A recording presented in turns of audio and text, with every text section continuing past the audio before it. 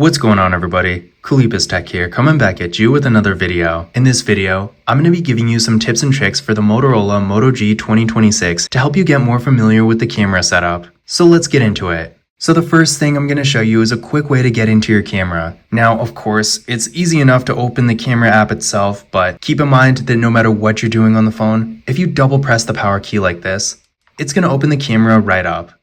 So let's try that one more time, and I'm going to open an app this time. So as you can see, it opens right up, and then even when the display is locked, so right now we are locked. And there we go. So definitely a nice convenient shortcut if you're trying to capture something in the moment. Now the next thing I'm going to show you is how to use the macro camera to get close-up detailed images. So first things first, let's go to the camera itself.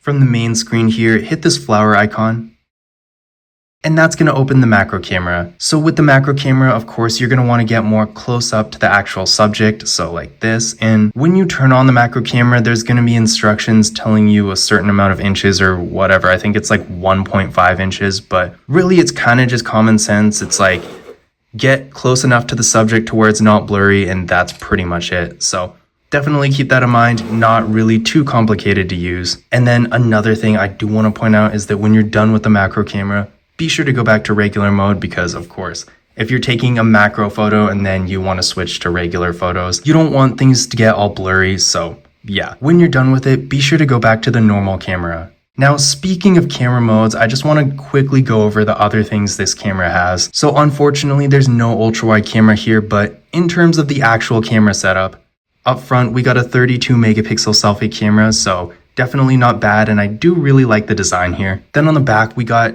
a dual camera setup essentially. So we got a 50 megapixel main camera and then a 2 megapixel macro camera, which I did show you. I honestly don't really know what this is. I'm assuming it's a depth sensing camera, but Motorola doesn't really list any information about it. So again, unfortunately, there is no ultra wide camera here. So if you are looking for that feature, you will want to get a different phone. And then for video, we do have a max recording quality of 1080p, so not bad. It's not like I'm really expecting 4K from something like this, but yeah, keep in mind, the max quality is 1080p and there's not really a way to change the resolution. I know with some phones, you can change it to 720p or even 480p sometimes to save space, but with this one, it's just pretty much that one resolution. But if you are looking for a way to condense your video files, maybe you're just recording a lot of stuff, what you can do is go to settings. And then you can go to where it says efficient videos, so right here. So instead of MP4s, if you turn this on, it's going to be HEVCs instead, which keep in mind, some video editors really don't like this, and same thing with certain social media platforms and internet things in general. In my experience, compatibility is at least somewhat decent if you're just doing basic things. So if you are trying to save space and you're recording lots of videos, that is always an option. But going back to the main camera screen here, let's take a look at what other modes we have. So we got the regular photo mode. This 2 right here basically just zooms out automatically to 2x, so you don't have to pinch a bunch. But to zoom in and out, typically you just go like this, and then it kind of resets it if you hit the 1x. If we go all the way here, we got slow motion. For some reason, it's part of the main bar right here, but I know a lot of people in my comment sections ask about slow motion when it comes to camera tips and tricks, so keep in mind if you are looking for that feature, the Moto G 2026 definitely does have it. And then we got video mode, so again, there's only one resolution, unfortunately, but it is what it is. At least it is 1080p. And then portrait mode, pro mode, so if you want a little bit more customization. And then if we go to more, we also got scan, so if you're trying to scan a barcode, night vision, panorama, photo booth, time lapse, and then dual capture. So again, not really a whole lot, but at least we do get a few different modes to play around with. Now, the next thing I want to show you is how to change the aspect ratio. So by default, like with pretty much any smartphone camera,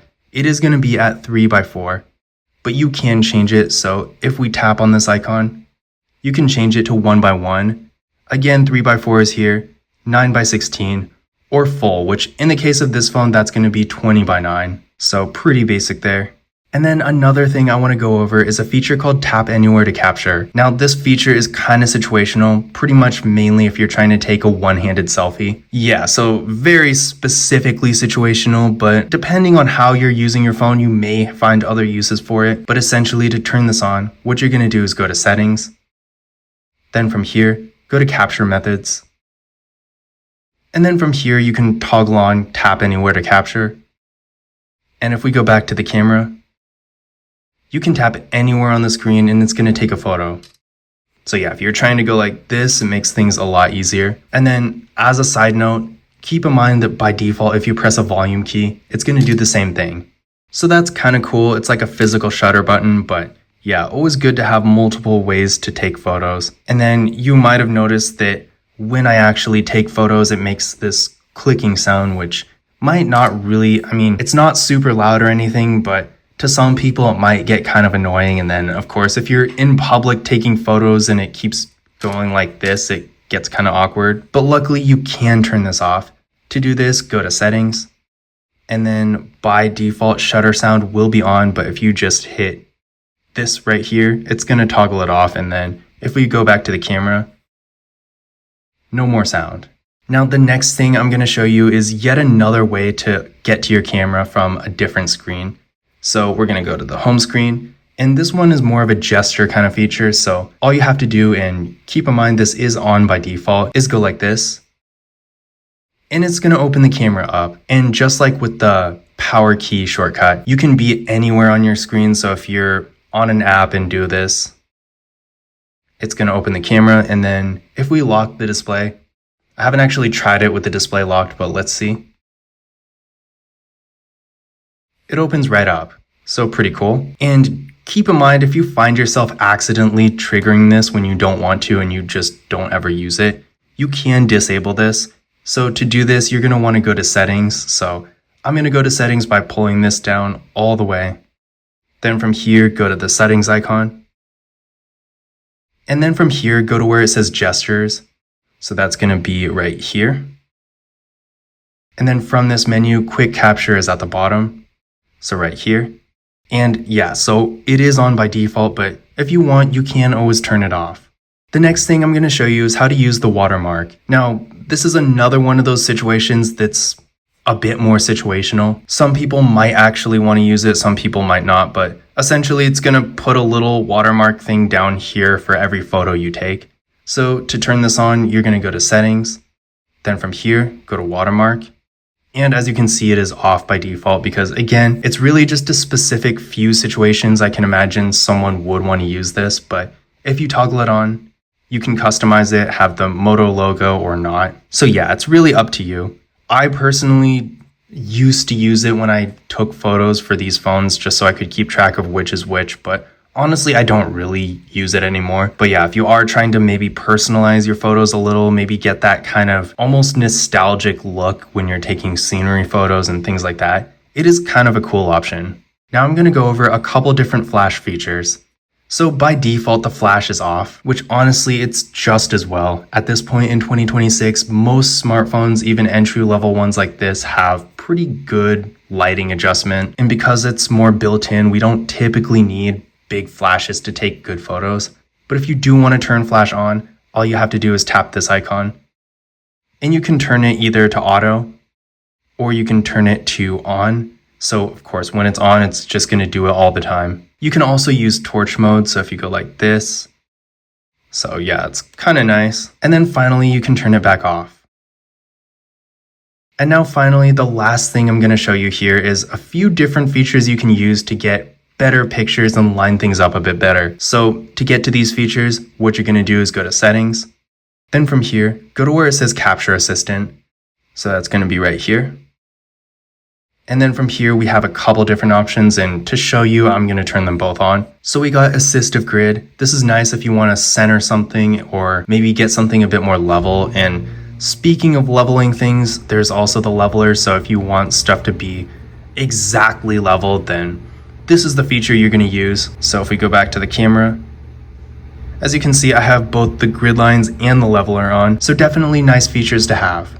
But this concludes my camera tips and tricks video for the Motorola Moto G 2026. Like I've said in previous videos and even I think at the beginning of this one, this camera setup is honestly relatively featureless, and despite kind of being disappointing for some of you who might be power camera users taking photos all the time using all the different features, this isn't necessarily a bad thing for everyone. I mean, if you're really just looking for a basic phone, which at the end of the day, that is truly what this is. It's just a basic entry-level phone for more casual activities. If that is you, if you're looking for something just to take a photo or whatever, then I do think this phone is still really not bad. It's just not got a lot of features. Whereas if you're comparing it to something like a Razr or a Moto Edge or even a Moto G stylus, and then any of the Samsung phones, even the lower end Samsung phones tend to have a ton of different camera features. In comparison, if you're really prioritizing the camera, you can definitely do better, and that